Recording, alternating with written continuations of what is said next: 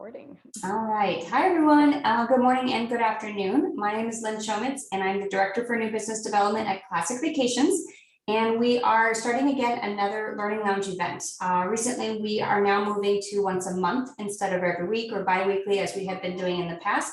It's just things are a lot busier these days, so I think it's still a great opportunity to share personal and professional training development, but we are always going to have the resource available. So just a few notes for you. The first is our Instagram account. Please be sure to follow us as we do post 2 to 3 times a week, plus several stories. Nova by Classic is specifically our new advisor Instagram program. So we want to follow people that are active in social media, actively trying to develop and coach their business too. So feel free to find us there for continuous updates. Just a few other housekeeping notes. Again, we do record this session as well as every session. We've done over 45 hours already since last year, and we will keep it all on a playlist. So the content for the most part is pretty evergreen. We don't talk about pandemic or safety issues or destination openings because it changes day by day, hour by hour. But what we do focus on is, again, your business. We focus on how to improve, how to get new clients. We've even focused on different things about personal happiness and success. So I think there's a lot of great content there. And again, today, this will be a really great addition to our library, talking with Angela about the luxury travel niche. Chase put in the chat as well all the previous lounge recordings for you.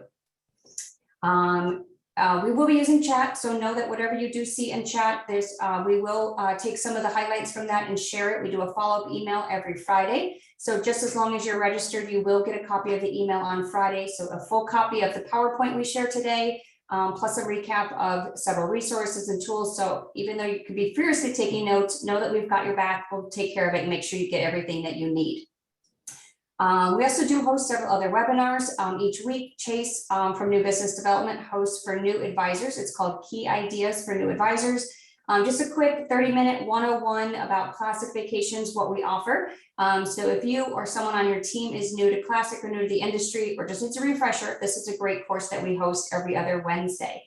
And then on Fridays, our National Sales Account Manager, Marjorie Sherman, does one for groups. She hosts Friday mornings for several different series depending on where you are with your group business, the contract phase, the proposal phase, or just even starting to make bookings or setting up your private label website. So there's a lot of great tools and resources there. Those can all be found on the No Zone, which is our educational landing page with all of our destination webinars, our training tutorials, and all sorts of great content there as well, including podcasts. And last but not least, again, next August or next month in August, we will be having a new speaker joining us, Marie Smith from KHM Travel Group. She is the manager for groups, and she's going to be talking a little bit about contract groups and how to minimize your risk.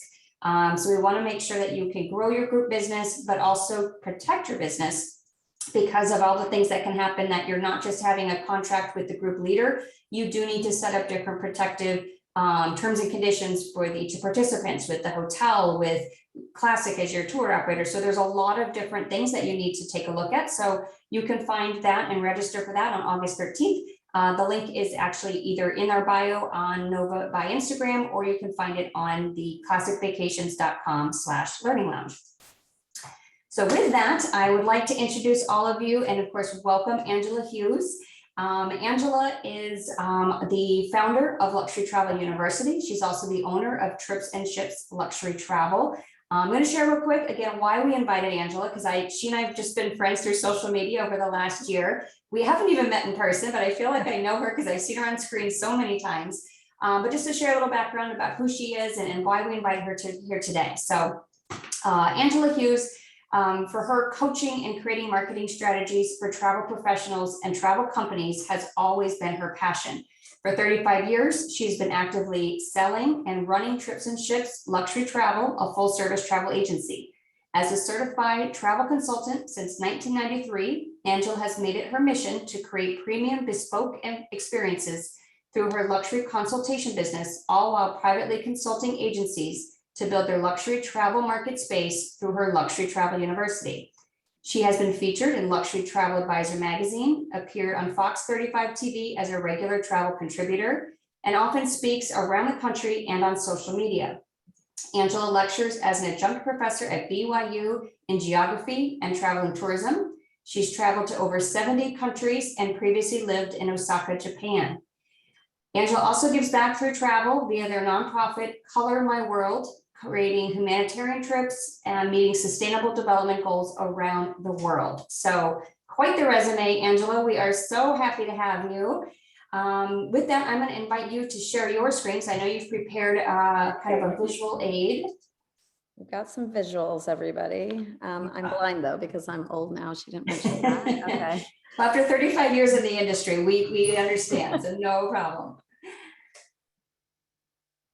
Okay, give me 1 second. It's saying who can share. All participants or only host? Yeah, your host, so go ahead and you should be able to just click share your screen. And now it's not letting me share my screen. Hold on, everybody. We were so pro at this before, and I use this all the time. All right, go ahead. Try again. Okay, here we go. There's always something, you guys, when you go to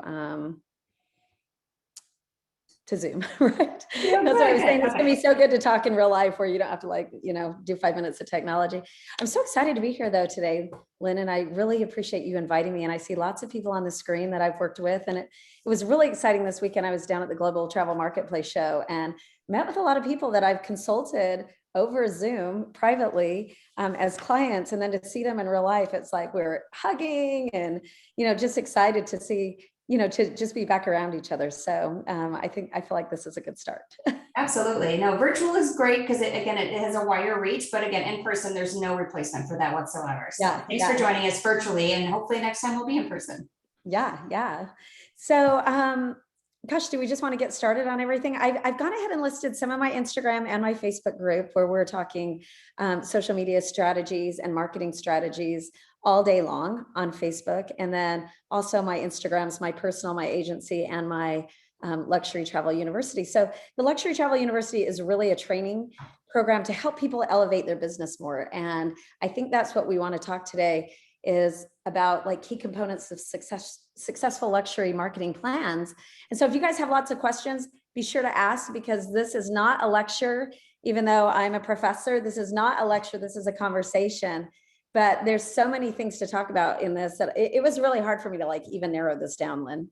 I know, but I think you've got lots of great material. So again, what we talked about was, 7 key components. So let's just kind of run through them. And if you've got questions, any of our audience members, feel free to, again, list them in chat. We'll pause from time to time to answer your questions. But I think, Angela, you've got, a great starting point, and we'll go from there. Yeah. So jokingly, I was on a plane yesterday, kind of putting this presentation together, and I turned to my husband and I said, geez, what are my 7 key, because I typed out that title and I said, what are my 7 key things? And he said, the number 1 thing is you better have a husband who's flexible with your business. And I just love that. For some reason, it just made me laugh. Actually shot this photo in Tanzania earlier this year in January. And I've been probably over to Africa 5 times this year, focusing on that niche because we could grow there. But I just wanted to throw that in because I thought he was kind of being funny. But then I thought it's pretty true. When you're in the travel business, you need to be with flexible people. But let's kind of just get right into it. Because I know you guys have been talking a lot about marketing and client avatars and everything. And the avatar is so important when it comes to building your business, when it comes to luxury. So many of you guys start out in the sun, sea, and sand market. And then you've realized I have to sell double this to make what we make in the luxury travel. So I think the goal for all of us is to work smarter, not work harder. So let's talk about that client avatar for just a minute and hit me with questions if you've got them. Lynn, I think it's really interesting. The luxury consumer is 61% women. But when I kind of put up this slide, I was like, this does not reflect who my last 5 clients were in luxury. All 5 of my last high net worth individuals who bought from me literally were the husbands calling, which is a reverse from what we get when we work more in the sun, sea, and sand market. They're highly on mobile devices a lot. They like instant service. A man is so much more demanding to work with than a woman. Sorry, all you guys out there. But when it comes to selling travel, the man wants like rapid speed.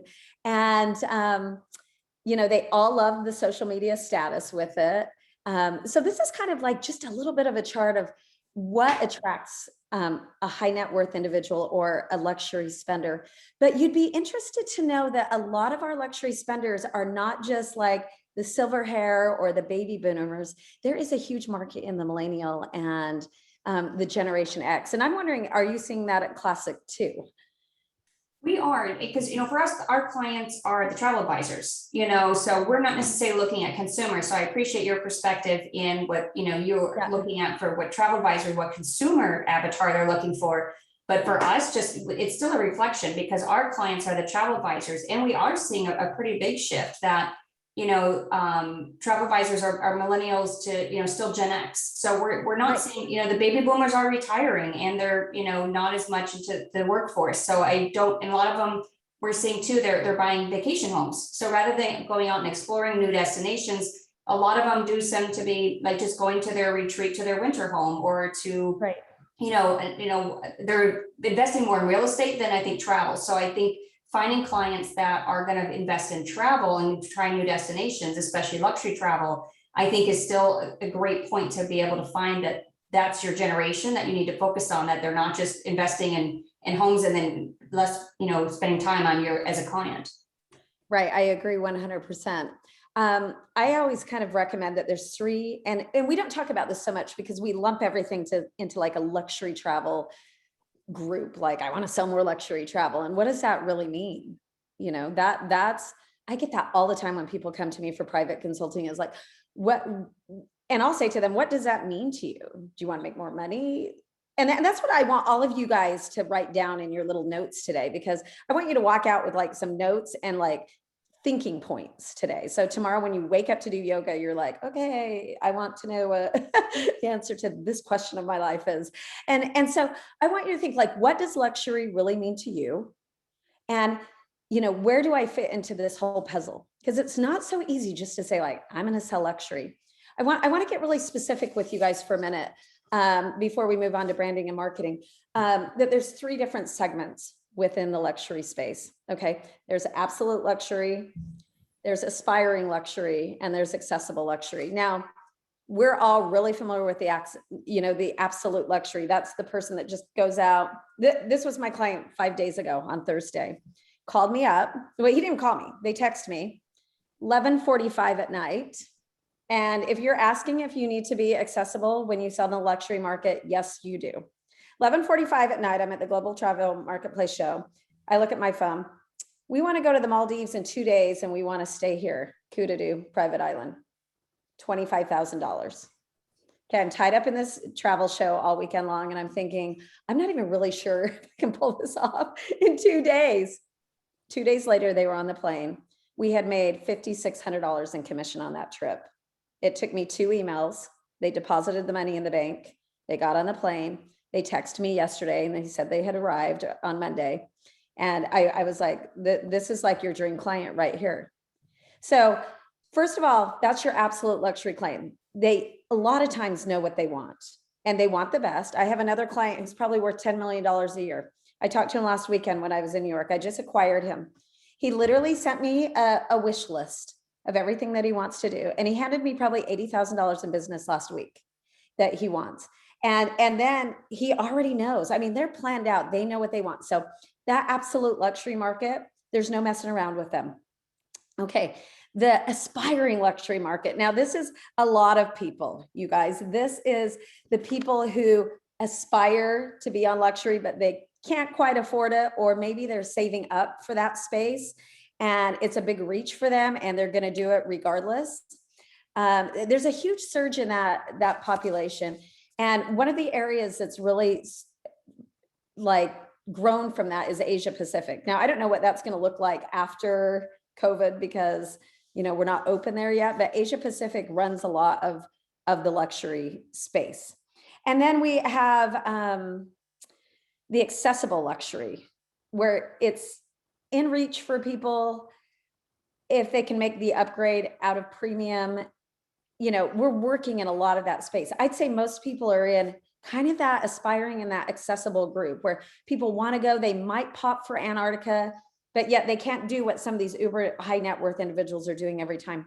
If you want to be really profitable, you want to stay right above that premium space always, and anytime that I sell, I always pop people up. Like, I'm doing a quote for some high net worth individuals who are doing a group that want Costa Rica. And I'm even trying to bump them up. I sent them an entire Antarctica, like, hey, I know this is 5,000 more than you want to spend per couple, but we're already here. Let's try this. And so you can start to pop people up. So if you're working in mass market, try to pop them up to premium. If you're working in premium, try to pop them into that accessible, and then maybe that aspiring. And then, of course, always finding those, the dream clients, the absolute luxury, or the dream clients. That's what I call them. So, okay, let's talk a little bit about branding and marketing. And I don't want to spend too much time on this. And Lynn, just hit me if we've got questions or already coming down the pipeline.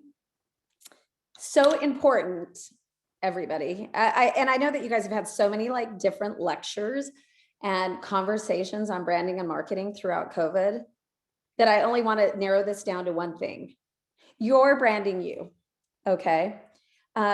What you're ultimately giving your client is you. It's not your website, it's not your logo, although all of those things are like super duper important. Ultimately, your clients are buying you as an advisor. Okay, just as Classic is buying you as an advisor as well. It's a chain. Everybody ultimately wants to work with somebody they like. So get likable, everybody. And I can't even be more dramatic about that. You are your brand, and everything else is just an appendix of that, your website, your logo, your style. But ultimately, if you want to close a deal, because it's all about conversion, and we'll talk about that in a minute, you are the sell, okay? The face, the sell, the voice.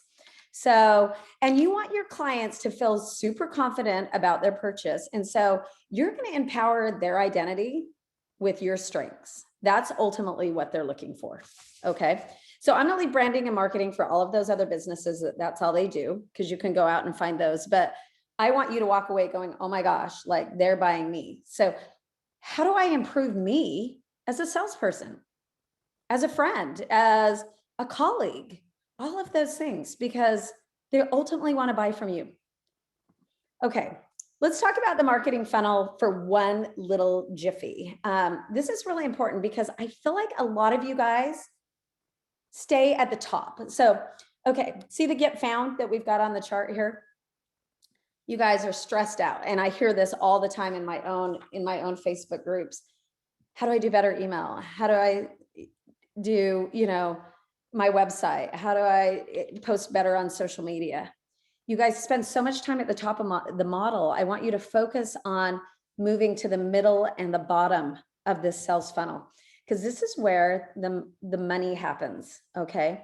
You need to get people converted over, okay? And it's going to take all of these things in the beginning, being very consistent, posting social media, doing a lot of searching, emailing people, having them go to a landing page if you don't have that, providing them with valuable content, all of those types of things, getting your name out there. But you want them to move through the funnel. So at the bottom, you're like really converting people down and making the sell. I say this over and over. I don't care if you have 9,000 friends or 9 friends. If 9 friends convert a sell, then you are more powerful than the person that has 90,000 followers on social media. I mean, how do you feel about that, Lynn? I'm sure, and we've had that conversation back and forth in other dialogues that we've had in Clubhouse and so forth. Absolutely. No, I think it is just the conversion is what pays the bills, just getting likes and things like that on your pictures. It's still great to have content, but if that is not your strong suit, I highly recommend sourcing someone. And we've had several people on that actually do that for you. You kind of tell them who your niche is, you tell them who your target client is, or what your specialty is, and they will build the content for you, the blogs, the websites, and then you can just focus on the steps 2 and 3, conversion and the sales portion of it. So, but this is one I think would be great to talk about fees. It's a very popular topic, Angela. So, Yeah. some of our agents are still very, very new and not confident yet in charging fees, but what is your take and how do you, use the conversion portion of the funnel to introduce fees or to, kind of get the tire kickers out of the way? How does that work for you? Yeah, I'll just give you an example of what happened this morning. About 2 days ago, I got an email from somebody who wanted Paris, France, about a 7 or 8 day vacation. I didn't recognize the name. I knew it had come off of Google. We made an appointment because I do appointments. I go, you can book a 15-minute appointment with me. And in my signature, I have an appointment selector right there. You can use Calendly for free. I use a different program. They select their own appointment. I'm like, I'm going to send you a Zoom link because I feel like that 15 minutes face-to-face is so much more powerful than my old method, like during, the last decade of just texting back and forth and, hey, I'll send you a quote. Let me know what you want. Give me the rundown. We are closing so much more now that we're going to a face-to-face conversation with people. And that's kind of old school because we used to own a brick and mortar for 100 years. And when you're more face-to-face with people, people love that. And so in that time, I'm able to like show people like what my value is. I'm able to talk about my education, my ability to, sell and save them money, my ability to design their trip and have a conversation and learn what ultimately they're looking for. And I'll always say to them, hey, I just want to have this conversation to see if I'm the right fit for you and if you're the right fit for me. And when they hear that, there's kind of a little bit of a scarcity on that because then they think like, well, wait, maybe she won't want to work with me, and you can see people are like, then they're trying to like prove like, this is why I want to work with you. And it kind of turns the tables a little bit. I want to know if you are the right fit for me and if I'm the right fit for you. Then we talk about their trip. I spill out a lot of free value right there. And then it almost always lends to, hey, these are my fees. And I start my fees at $300. I'm not suggesting everybody needs to start that high. And sometimes I'll go lower. If they're a young couple and they're barely scraping to get the honeymoon, I might deduct that a little bit. With my client that called the other day and handed me $80,000 right off the bat, I was like, my fees are somewhere between $300 and $1,000 to even get going, depending on what we're doing. And so that conversation can change based on whoever that client is. But guess what? Use fees. I have 21 advisors at my agency, Trips and Ships Luxury Travel. And some of my advisors, because they're independent consultants, feel non-confident charging fees. And it's a mistake because guess what? They work themselves to death over and over and over giving quotes. And then they're frustrated because they don't close them. You start out in a system where you're using fees, your confidence rises. And it would be better to get 5 really good clients who paid a fee then give out 29 quotes and hope to close like an NCL cruise. It's crazy. So you are in like such a good environment right now with COVID to be able, because people need advisors to navigate, that now is such a great time to be like, here are my fees, and make yourself a chart and know that you can be flexible within that chart, okay, of what your fees are going to be. And if you're Disney, that might be a different thing because I know you've got concierge services. I've got concierge services on the other end too, but don't feel like your value is not there. I don't think I had one person this year that I gave that spill to that literally I gave them too much information. They went out and booked on their own because I trusted that they were going to pay. Don't trust that they're going to pay, even your friends. This was a friend. And I was like, hey, you could do this and this and this. And she's like, well, let me pay your fee. And then I was like, oh, I'll just send you a link after and let's get started on this while we're talking. And no, she didn't end up paying. And that was the one time that I was like, whoa, don't trust a friend. Get your fee chart out, and somebody today was, on that France, they were like, well, send us a list of the tours. We'll look at them. I was like, yeah, after we, get into a contract. And then they were like, oh yeah, that's right. You probably want to be, having us as clients first. And it's easy, guys. But you know what is the biggest stumbling block right here? It's you inside. It's not the client, whether or not they're going to pay it. It's whether or not you're going to present it. So you got to get over all that fear that you're not worth making money in what you do. So that's perfect. 2 quick questions for you, Angela. More just kind of details. One is your fee. Is it on top of the cost of travel, or does it kind of a pay-to-go fee that goes towards the cost of their trip? Yeah, that's a great question. It's always on top. I never do like a pay-to-go fee that applies to a deposit or something. Why? It takes me a lot of time to research. And that was a model that a lot of people used, prior to COVID, and it works. That was just an easier way for people to like soften the blow. But you know how much I love every time a PayPal comes through for $300 just for me. Yeah, no, I think it's great. Yeah. No. And then another quick question, you had mentioned about scheduling appointments. I know there's like Calendly. Do you have a specific tool or system that you use? You know what? I do, but I do. Let me find that before we go, because I do use a program because I have a really cool signature, but because I'm 52 and have dementia, I can't what it is right now. So, but yes, I do have that. Okay, and I very love it good. because people can go on it, send some reminders. I don't have no shows. I can reschedule if needed. It's just dreamy, Yeah. Oh, good. Okay, perfect. Okay. No, I think that's good. I think, yes, people have said that fees have changed their business, and they totally agree. I think it is just, something that internally that the advisors need to just accept and have the confidence to just start charging them. And if people don't pay them and you lose a client, I feel like there's just another one around the corner that you can use your time for. So I think that's great. I agree. And I don't know what this big red stripe is now that's on the presentation. I'm sorry, I don't know what that is. It just popped up. Okay, I want to talk a little bit about tools and systems. I think this is really key. And I want you to be able to automate as much as possible, because when you sell in the luxury space, everything's got to look dynamite. Okay, but you also, the more systems you have in place, the more productive you're going to be. Okay. And so a couple of things that are really easy to optimize are like search engine optimization, your website platform. Lynn talked about like your social media and your publishing platform. Your email, I use Flowdesk. I use that a lot for marketing automation as well, but I also use like a sales funnel program for that. And there's lots of them out there. The landing pages. The problem is sometimes we get too many systems and then we get bogged down. And so what I want you to do is start going, what are my systems? And sometimes it's as easy as Travefy. Travefy is a great itinerary builder. If you're going to invest in any system right now, make it a CRM, a computer res system. Now I use Monday.com, so I use one outside of the industry. But there's a lot of great ones in the industry, Travel Joy and Tess and, Client Base. I mean, there's just a million of them. And, get organized with who your clients are now.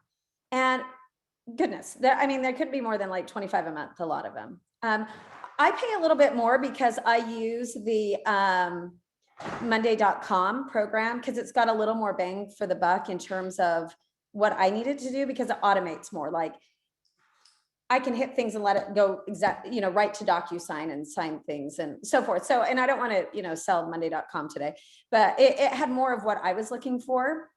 And so figure out what your systems are. If there's too many systems, dial it down, but have two things at least, a CRM and Travefy. Travefy creates those beautiful itineraries. I think they're a dynamite product. I've spoke for them a lot. But I think they make our stuff look great. My new client that's down at Grand Velas this week, he had never worked with me before. And we had done a couple of things, a Ritz-Carlton and Laguna Beach. It was kind of a two-stop thing, California and Grand Velas. And, I loaded everything in. It was simple, Grand Velas, some transfers, Ritz-Carlton in California, and, put in a bunch of information for him. And he came back and he's like, this is amazing, instead of a whole bunch of scattered things. So, anything that you can do to make things look better, use calls to action, use forms that people can easily, fill out, just automate wherever you can. My rule of thumb is if you're doing things twice, then it needs to be automated. 3 times is a must. I use a lot of scripts. If I write an email out to somebody, I'll cut and paste that email and save it as a script so I don't have to do it again. If I've looked up a YouTube video for Palace Resorts or whatever, I'll save that link so I don't have to go out and find it again. So the goal is that you want to make things easy and quick so you can produce quicker and smarter. Okay. And that's a whole nother lecture on its own. Okay, let's talk about becoming an expert for a minute. What do we want to say about this? I don't even know what we want to say. I have so many things to say on this. What do you guys want to talk about on this? Yeah, I think it is. Yeah, just, I mean, this I think is a good point to start talking about, is luxury itself enough of a niche? Like you had talked before about how there's different kinds of luxury, but there's also, a luxury within a destination. So when you're saying become an expert, are you talking about in certain size, like of bookings? Are you talking about luxury or become an expert in your client or become an expert in a destination? What do you recommend, do you think is best for someone who's just new to luxury in general? Yeah, I think, and that's kind of a loaded question. First of all, first of all become an expert in in the field itself. Okay, I see a lot of people come in. They've been with X agency for a year and a half. They've gone through their product and feature trainings, but they don't really know how to sell. I think one of the biggest goals is I'd become an extra expert in becoming an entrepreneur. If I were to start over in 1987, when I came right out of high school and studied travel and tourism and hospitality and got my master's and all that, I probably wouldn't have done that. I probably would have detoured and done something in the entrepreneurial field, which wasn't a hot topic back in the 90s. It was business school. And I did do a lot down that path, but I probably would have focused on becoming an entrepreneur. And that's what I'd love for you guys to look at is read articles. First of all, a lot of market research articles so you understand the types of people buying travel. Because you can make up that avatar, but if you don't understand the types of trends of people that are buying right now, then you're at a disadvantage up against someone like me who understands that. Okay. Have a couple conversations with people in the field. And here's some ideas that we talked about: collaborating with people. I talk a lot with people. If I don't know them, I reach out and I'd be like, hey, do you mind taking a 10-minute phone call? I'd love to just have a dialogue with you about how you got started and what's working in your business. You can do that in Facebook groups really easy. Back in the day, it was Yahoo groups. Just me talking with Lynn introduced me to her company. And Lynn was just doing a program and I jumped on. And then I was like, oh my gosh, we haven't been selling classic. And, how do we get started? And, that's collaboration. You're assisting each other. And I feel like there's a scarcity mindset in travel where people feel like if they give too much away or too much value away or information, then for some reason it might cut into their piece of the pie. And that's not true. There's 100,000 travel advisors in the United States. It's not just who you see on the same 10 Facebook groups. There's millions of businesses out there that are succeeding. So reach out to organizations, come up with a really good marketing plan. I'd say use a consultant, whether it's me or somebody else, schedule a couple of hours to see, because one of the biggest problems I have when I meet with people, when I consult with them, is most people don't have a business development plan. I'll say, okay, you've been in business 6 years. What's your business development plan? They're like, that's why I called you. Because I know how to sell. I know how to sell Mexico and beaches and sandals. I don't necessarily know how to run my business to the greatest degree possible. So there's lots of consultants out there in the field and not in the field that can help you, grow that business development plan so you're red hot. Lots of great coaches out there. I'd find a mentor. I think mentoring is really important. Find somebody that you can work under. Find an agency that will mentor you. And if you're with a big agency and you're like feeling you're not getting that support, then find a smaller boutique agency. I have lots of people come over to me because they feel like they want more of that smaller scale now. Big's not always better. And small's not always better. So, I want to be fair to both sides. Smaller agencies like myself don't have as much revenue as the big ones, and so there's two different things to that. And then there's tons of workshops where you can become an expert, and Lynn's workshops, one of the best. So, but ultimately, when it comes down to becoming an expert, yes, I think that you're going to want to focus, decide what you want to sell. And I see this when I travel, because we offer fam trips through the Luxury Travel University. And I sit down and talk to advisors on there. I'm like, what do you sell? And they're like, well, I sell Costa Rica and Tahiti and Hawaii, because that's where I've traveled to. Okay. That's okay. That is a really great start. But just because you haven't been to Antarctica does not mean that you cannot sell Antarctica. The business development managers are there. You could become an expert in any place. Yes, seeing the destination is going to give you so much more confidence. But don't feel like you cannot be a specialist in areas that you are just so passionate about and want to be in. And you know what? If you are so passionate about, like, I only want to sell Italy, great. Start linking up with people that sell Italy, the experts in Italy. Start talking to people in Italy, get on Clubhouse, get on our programs with them, whatever. And start learning everything that you can. And then it'll eventually probably evolve into a trip over there and so forth. And you become an expert, I didn't tell you I was so long-winded, Lynn, on one question. I was gonna say we're doing good so far because I think you're about halfway through. We're about halfway through the hour, so I think you're doing great. Yeah. We do have a few quick questions, which I think you're going to get to as we kind of continue on here with your topics here. But I'll give you a quick time to take a breath. But some of them is just, if they're not already in this luxury world, how and where do they network and collaborate with people in this luxury world if that's not where they typically are, or where do you recommend they search for these clients that they really want to target? Yeah, that's probably the biggest question I get every time I speak is how do I attract more wealthy clients? Mm-hmm.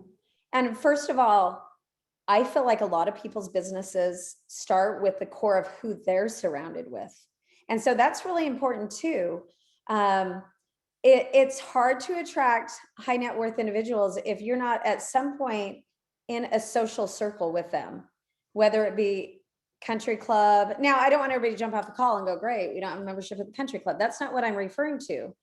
Because your clients, now my new $10 million a year client that just handed me the $80,000 book of business that we just talked about, that came as a referral from another client who just lived in my neighborhood who was doing a trip to Italy.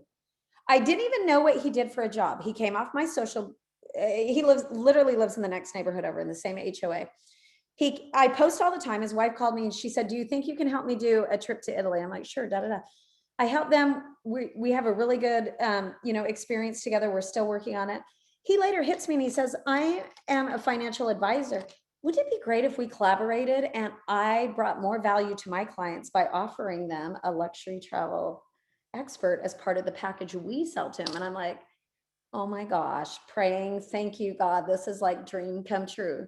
And he hands me over Mr. 10 million as the first client. And he was like, I'm going to pay their fees, their consulting fees, and these people don't care even about the fee. But the thing is that opens up something. So guess what? If you're not out like socializing with the high net worth people, because guess what? They have a pretty tight knit community there. Then look for those resources like lawyers, financial advisors, wine people, anything that like screams luxury. It might be a department store. How can we collaborate?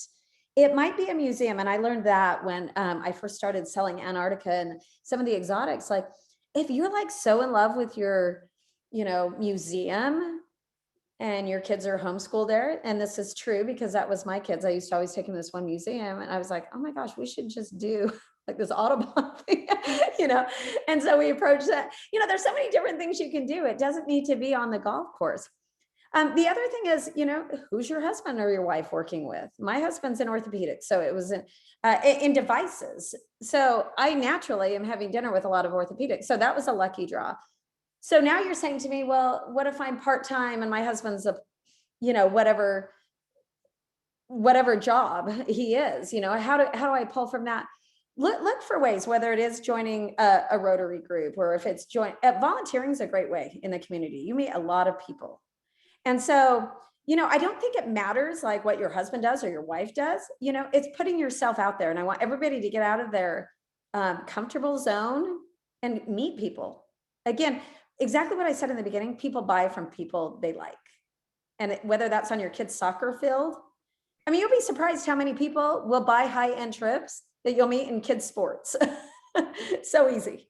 Yeah. So. I was going to say that too. And also, fundraising, because they're always looking for, volunteers, and then it's an auction and the highest bidder wins. So I feel like anytime you're doing like a fundraising event, it's obviously for charity, but the people that are invited to those events have deep pockets. So I feel like that's also another great opportunity, is to sell your service, your expertise, but also give your time, to a good cause. So that's always, I think, a really good option for advisors. Just, you might be giving away something, but, you don't have to give away a trip, but you could talk to your partners. You can, give away your consultant fees, to, auction that off, or, just being able to network with everyone who's on the board, or the committees, and, of course, the people that are there and invited. So it's a great way to be able to do something like that. So. Yeah, I love that so much because we run a small nonprofit and we do these humanitarian trips in the summer where we make zero money. I've been on all of them, and they're maybe 5 or 6 destinations that are really third world countries. And we've had a lot of people sign up through the nonprofit. So again, there's no money being made. There's no agenda except giving back. And we have met so many amazing people that signed up to volunteer. And I'd say that's where a good base of my people have come from as well. Even more so than the doctor, the financial advisor or whatever. I think it's come from volunteering. I think that is such a great point, Lynn. I'm glad that you brought that up. Yeah, and someone did ask real quick about a booth, and I'll speak up just as a supplier, is we don't do trade shows anymore. We are not typically finding the people that want that relationship, people that are looking to be a partner. You don't usually meet them at a trade show while they're going table to table. I feel like I just call it trick or treating. People that are just grabbing all the free giveaways with a logo on it. Yeah. And you're not going to find high net worth clients at a trade show. If you are looking for just new business, it's a great way to start. If you go to, like a gardening trade show, and then you're going to take people to, go see the tulips in Amsterdam or something. I think there's a great way that you can tie that together. But if you are specifically looking at luxury, a trade show is not typically where you're going to find those. And that includes luxury brides. I would say focus more on the jewelry stores that they're spending money on diamonds, they're spending money on, other high-end things, or work with a high-end, the most expensive florist, or the, highest wedding planner that you've got in your area. But I think trade shows do tend to kind of bring in people that are looking for freebies. And that's not something that you want to relate your specialized luxury service to. So that's my take on it. Angela, what's your thoughts? Well, I love what you just said. I mean, I don't know if I could say that any better. I think that's true. I don't know if we could add any more to that. Okay. All right. Well, let's go to the next one then. Okay. Huge. You need to know your data, people, when you're running a business. So this crosses over into like running a great business, but anytime that you're working in the luxury sphere, you need to have concrete, measurable specifics. And when I say that, as much as possible, your plan that you're creating for yourself when you get off of this call today, doing yoga tomorrow morning, needs to come back to what your results are going to be. Okay. And this is a problem that a lot of people have, is they don't know what the end game is. So I want you to write down right now, like, what is my end game? I want to know, what is my end game? When I get off this call, what was my goal today coming to listen to me and Lynn? What is my goal walking away from this? Okay. So I have a little program that I call SMART. So it needs to be, so it's an acronym. Hope I can spell it right. I'm dyslexic. This is where I was struggling. I'm like, okay, S. Okay. So S, specific. Okay. It needs to be specific. How much money do you want to make at the end of the year? And this is what I do. Even during COVID last year, I sat down in June after I was done eating like 20, pints of Nestle cookie dough.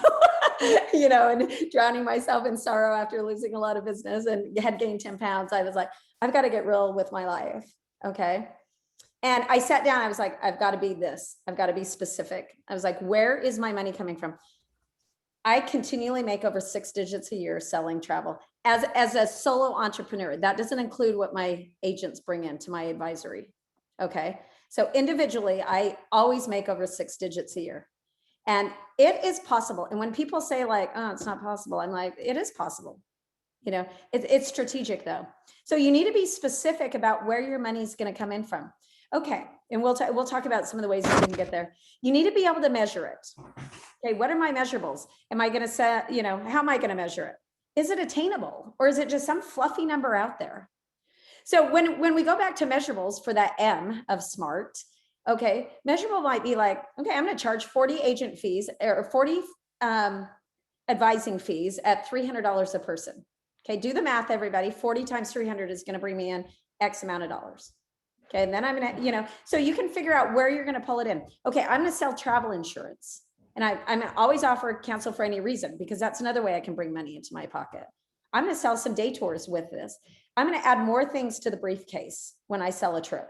Whatever extra that I can add on to that will help that become more attainable. So S is specific, M is measurable, A is attainable, R in SMART is being realistic. Now, it might not be realistic July of 20, what year are we in? 2021, Lynn. Don't even know where we are anymore in life. What day is it? What month? But we need to be realistic. Maybe this year you're like, hey, I'm just getting started. Okay, so maybe you're only going to make $20,000 this year. That's okay. Be realistic about what your goal is going to be. And then next year, give yourself a raise. It's so easy to give yourself a raise because all you do is you want to give yourself a 10% raise, hire your service fees 10%. And now you've given yourself a raise. You know, I'm no longer charging $250. I'm going to charge $275. You just gave yourself a raise. Most people are not going to balk at that. You know, my agents will be like, I don't know if I can charge more than 75. I'm like, oh my gosh, just charge the 300, you know, and then take it from there. And everybody pays the 300. Okay. And then finally, time. So we have specific, measurable, attainable, realistic, and time bound. You need to have a time on it of what you can really accomplish with your data. Okay. One of the key things that I do is I use kind of this SMART plan with my clients. And this is what I'll do to them. I'll go, we should make up a 10-year plan for you. Like, what are your 10 dreams? Like, I know you called me for Disney and you're going on the Disney cruise, but what do you guys want to do over the next 10 years? Because I want to keep track. So then when we just have like killer things come across or some amazing experience come across, you're first to know about it. And I literally have files of people, you know, they'll send me over like, I want to do this. New Zealand's on my list. I want to do this. And now they feel like they're kind of invested because we have a goal with them. And, you know, they're like, I want to do Antarctica, but maybe that's out of reach. Okay, well, let's put that in 5 years. And really, if you cut down here with Hawaii, sorry, yeah, not with Hawaii, let's go to Mexico, not even Mexico. You know, if you cut down on your family reunion, you could maybe afford Antarctica in 4 years. And so you give them a goal, you know, help them have a timeline to approach instead of just going, oh, I booked your trip to Disney, call me next time. You know, start to look at a 10-year plan with people. Okay, I know we got to move on. See, these are all little conversations we could have. Absolutely. Okay, so we just talked about this. Take a long-term view with your clients. And that's what I'm talking about with that long-term, you know, create a 10-year plan with them. And you know what else that does? That locks them in for 10 years with you because then they feel invested with you. Okay, let's talk about niches for just a minute. This is where I think a lot of people get super confused. Okay, a niche is different than your target market. Okay, niches are in the riches. That's kind of a saying. And look at that chateau. I'm going to be there in a couple of weeks. That's why I threw it in. Just wanted to throw that out there. I'm so excited to go to France in a couple of weeks. I've been there a dozen times, but the first time I went there, I was like dying to get there, and they did not have a GPS about 10 years ago, and I could not get there on my own because we didn't have cell phones that worked abroad. So for like 10 years, I've been trying to get to that chateau, and it's happening. Okay, just threw that out there as a kind of a middle piece here. Okay, so a couple things that we want to say is there's a big difference between a niche market and a target market. Okay, the deeper that you can get, the more money that you're going to make in an area. Okay, a target market. So let's define a couple of things. A target market is a group of people you promote your products to. Okay, so you're promoting to a group. You're defining who that group is through that, you know, avatar that you're creating.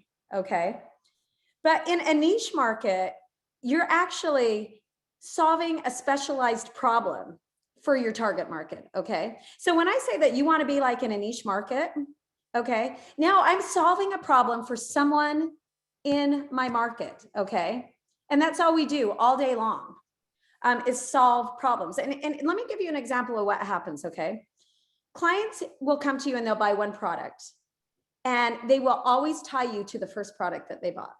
So if somebody came to you and bought like Disney, and maybe it was just an entry-level package with Disney, okay, they will always tie you to like, oh, she was my Disney agent.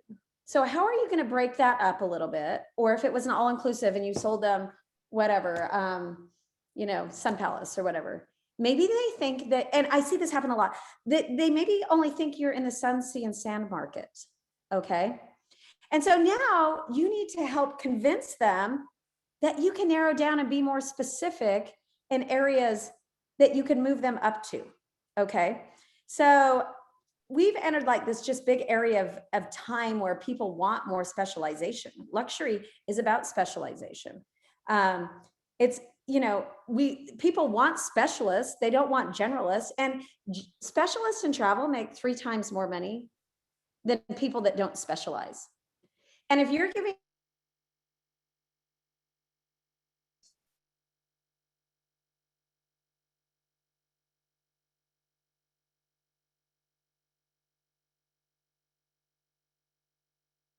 Oh, I think Angela froze for a minute. Hold on, let's see. me the excuse,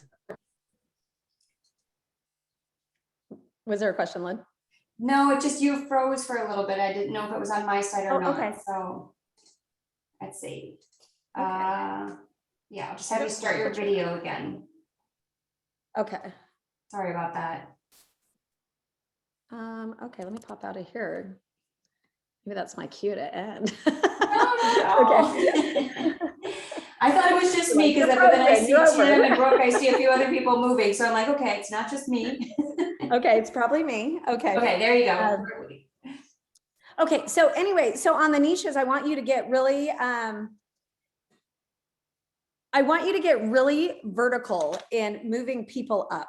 Okay, I've lost my screen that we just had on, but when you're horizontal and you're selling like the whole gamut, you are not making as much money and you're working harder. And we saw that from every single advisor last year was like, oh my gosh, I just worked my guts out. Now I need to charge fees. Now I need to get real about this. Now I've got to sell more. You know, I need to move into the luxury because I can never do what I did last year. And I agree with you 200%. This was the best thing that ever happened to advisors was COVID. And while we all sat and felt bad that we lost a lot of money, I'm telling you what, it was such a blessing for my business to take a step back, go to ground zero with myself and my soul and the cookie dough, and rebuild and figure out what the heck I was doing with everything again. And now we could not be more laser focused. So now I look back and go, yeah, I lost a lot of money initially, but I'm coming back with vengeance now. Because guess what? I have those 5 smart tips: specific, measurable, attainable, realistic, time bound. You know, I'm looking at that data. I know how to do it. Okay, real quick, in luxury, if you want to be your best self, and this would be really, I think this applies to any segment in the market, you need to get real with groups, because groups is where you're going to make your money. And this is where Classic and Lynn's company and everything really excels. Okay. You could be looking at student groups, senior groups, international groups, social groups, a fraternity, museum. One of my advisors, she came to me pretty brand new. She's like, I just love books so much. You know, she goes, I have this book club. I do this virtual book club. And she brings out like these really great authors. And me being, you know, dyslexic, a little more difficult, you know, I'm like, okay. She's like, you should come to book club. I'm like, oh, great, I have to read. You know, and I love reading, but just not in the same contents that a lot of other people read in context. So I said, Susie, why don't you build your niche around your book club? Hello, now you're taking 2 passions, like your love of books and the destination that setting's in. And so we built all of these amazing little groups, small group experiences around whatever book she's reading. Okay. And all of a sudden now she has like more goals and focus than I've ever seen her have. And it's working because now she's doing 2 things that she loves. So get really super passionate about something you love and then go, I could build a group about that. Another advisor who's not with me anymore actually did that around cooking. She's not in the industry anymore, but cooking, and just got real hot with Italy, you know, and really built it around that and really excelled. Okay. We're getting right towards the end here. Get authentic, because luxury is about the authentic self. And when I say there's a breaking point in luxury, because people really are like buying luxury because they want to discover something authentic about themselves. You know, it's the shift towards like finding themselves, discovering themselves, being in a destination that helps them be themselves, you know, having that unique experience that no other self is having, you know. And guess what? Instagram's fueled a lot of that. I gave a whole lecture on how Instagram fueled the luxury travel segment, you know, because, and that's what really fueled the millennial market and this younger market of, high net worth individuals that were young is Instagram. All of a sudden people were seeing some, beautiful body in Maldives hanging over a pool. They're not seeing the 52-year-old, full mama body, hanging over a pool and buying, and that really fueled like the millennial business, that authenticity. So again, this is about you connecting with your client, being able to solve that problem of whatever they're trying to solve within themselves.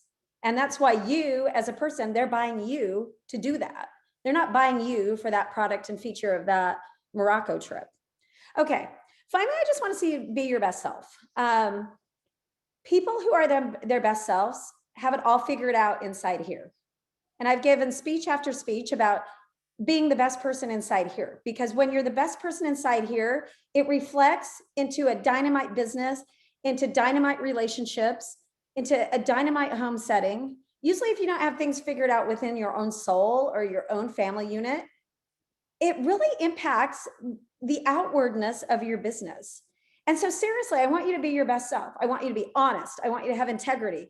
I want you to have moral standards. I want you to just have courage. I want you to have self-confidence, because once you do that, you'll see that your business will really start taking off. I met with one person that I was consulting privately, and she's like, I just can't get any business.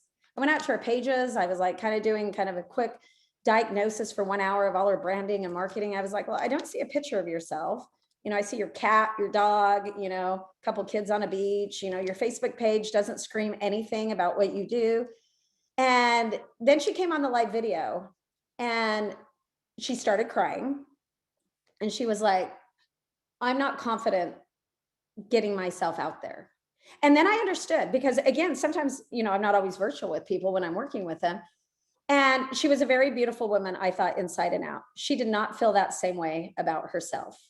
And it reflected through even the beginning things of branding and marketing.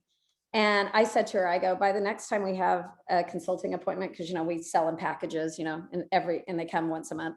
I'm like, by the next time we meet, I want to see a profile photo of you up. And she did. She went out. I go, I want you to get with a photographer. I want you to get a profile picture done. I want it to look professional, and I want you to express yourself looking amazing. And she did. And all of a sudden I started seeing things come together. Now the minute she put that photo out and had that courage, then she did a live video. And then she started like slowing into it or rolling into it instead of slowing down. And so I cannot express to you enough that if you want to sell, you've got to fix what's going on inside. Okay. I'm not going to spend too much time on this. I think it's basic. Get to as many destinations as you can get to. And because I have a master's in geography, I'm talking now for every geography professor out there. Know your geography, know your continents, know your rivers, know where your river cruises go, know where the hot destinations are. Let me give you what the hot destinations are in luxury: Maldives, Galapagos, safaris, East Africa safaris, which would be Tanzania, Uganda so Tanzania and Kenya to see the big five, Uganda to see the gorillas, South Africa, Egypt, Morocco, super hot. A lot of different things in East Asia, Thailand, Cambodia, Vietnam was very emerging before, India. And you see a pattern with this, the Maldives, Sri Lanka. They're not Puerto Vallarta. Although we have luxury in Puerto Vallarta. Yes, we do. We have luxury in Mexico, and that's okay. If you're selling, I just sold Grand Velas. I love to sell a good Grand Velas. Take your Grand Velas client who wants Mexico, sell them that luxury experience there, and then get them to the next destination. Okay. Caribbean, we have a load. I mean, Lynn's got so many Caribbean things that she could give you in luxury with their company. St. Bart's, look for different destinations. It's not necessarily in the cruising so much, it's in the exclusive destinations down there. Lynn's company can get you to St. Bart's, they can get you to Tortola, Jumbie Bay, wherever you want to go. You need to know your destinations, you need to know what's hot down there. And then once they've done that little circuit, because people start out in a trend, they'll start with Mexico and Caribbean always as a first base, then move them up to something bigger. And then my last thing that I want to say is everything you want is waiting on the other side of consistency, because all of these programs stem around consistency. doing it. Don't start something and wait 6 months before you do it again. And if you're feeling overwhelmed today, don't feel like you've got to eat this whole elephant because now you've just discovered, oh my gosh, there's so much more. I don't know how I'm going to do this. Break it down and go, I'm going to work on one thing today. One thing that Angela talked about, I want to work on today. And the next time I see you at a conference or somewhere, come up and say, I did that one thing. Break it down, do one thing. So that's my story. And I don't know what that red mark is on the screen. No, I think unfortunately, I think we had it. So somebody might have, tried to mark it with their mouse and it somehow stuck because it happened once before, unfortunately, but so I do think that it's, was excellent. I think the one thing that you said that spoke the most was that you becoming an expert in being an entrepreneur, because I think running your business is legitimately one of the hardest things. Because a lot of people can sell travel, you can research travel, people can do it, the internet's there, but I think running your business is probably one of the hardest things. In the meantime, you're also trying to keep up with all of the protocols. You're also trying to learn new destinations and, and build relationships with suppliers. So it is a lot. And I get that. And I think a lot of the Facebook groups that you run, Angela, I think are great kind of not just coaching, but just reassurance that you're not alone in trying to run your business. There's other people having very similar challenges. So I do agree that is probably, become an expert in being an entrepreneur is the first point. And then you can get into that. Once you know your business, you know your target audience, you've got a business plan and where you want to go, setting those goals and everything is on track. And I know it's hard, because even us, we started new business development at Classic, which is like just trying to say, we're not trying to capture everyone. We're going after a very specific agent who sells our destinations because, we don't sell Galapagos. I would love to, get an agent who specializes in that and see if we can sell them into Anguilla or, Maldives or some of these other ones that we do sell. But for us, actually, can I just add to that for a minute? Because absolutely. There is nothing wrong. Like, do not feel like you have to sell these big destinations, because if you want to stay as like, the Caribbean and Mexico is very profitable. I think what I'm recommending is just moving your mass market client into the premium or that.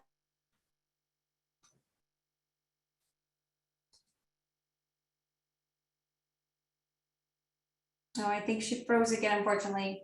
But what Angela was saying, we talked about before, I'll wait for her to come back on, was entry level.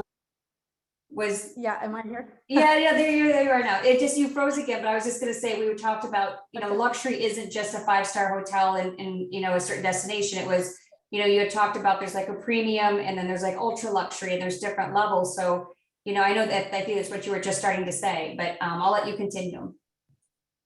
Well, yeah, and I was just saying, you don't have to feel like you have to jump out and all of a sudden be Tanzania or bust. I mean, if you love all inclusives and you already have a really good base there, just start moving your people from, that mass market up into the premium space and then into the luxury. I mean, Classic, they've designed their whole corporation around that, in that area of helping people get a more luxury vacation in destinations that people love.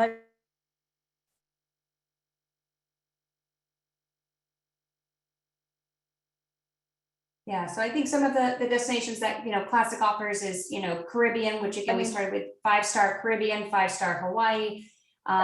When we did introduce, Thailand, Vietnam, even Bali, we only went with 5-star. So that was always been our goal, is we start with 5-star hotels with partners we know well that know Classic, we know them. And so for us to go into a new market, we set goals as well, is, can we even provide enough bookings to keep a contract with this hotel? And that's why we've got a new destination. We're going to start with 5-star and then we'll start adding on to 4.5 or 4-star once we've developed that destination. So I think it's great that you take that approach with not just your business, but with your clients. That's the first time I've heard, Angela, someone saying, let's set a goal with clients and kind of, say, hey, 5 years from now, you're going to be in Antarctica or wherever, their goal destination is. Because I think that's a great way to keep that relationship. It's less about a transaction. You're building a long-term plan with them. And I think it's great. And if they're not open to that and they're not ready, then you kind of know that maybe isn't the client for you. So I think that's a great tip that I personally took away as well. So. Yeah, I love that so much. I mean, there's just so many starting points. I mean, one thing is you don't need to feel like you're an expert in every area too. For years, I didn't know Tahiti. I I lived on the East Coast. I didn't travel there. It's so far for me. And that's a great thing about just calling someone like Classic is like, they have the professional on the other end. So don't feel like you have to know the whole thing, but if you know enough to be able to, make it till you, fake it till you make it, then they get, the experts on the other end of the phone can solve that problem for you. And I had to do that for years with destinations. I knew enough to talk about it and convince somebody, and I knew the areas, but I didn't always know the logistics of what happened on the ground. And that's where like a good collaboration with a tour operator is, I think, essential. Absolutely. Good. And unfortunately, we're running out of time already. Angela, I knew this was going to go fast, but you packed it in. So thank you again. For those of you that are still with us, we will be sharing the recording within 24 hours, and we will be sending out a follow-up email by Friday. So we will make sure to get everything to you. So thanks again to everyone. Thanks for joining us. Thanks for taking time out of your day. Thank you to Angela. I know you've probably a little bit of crazy just getting off a plane late last night, but have a great time in France, and we'll be following you on social media. Thank you. See you guys later. Thanks for stopping by. All right. Bye, everyone.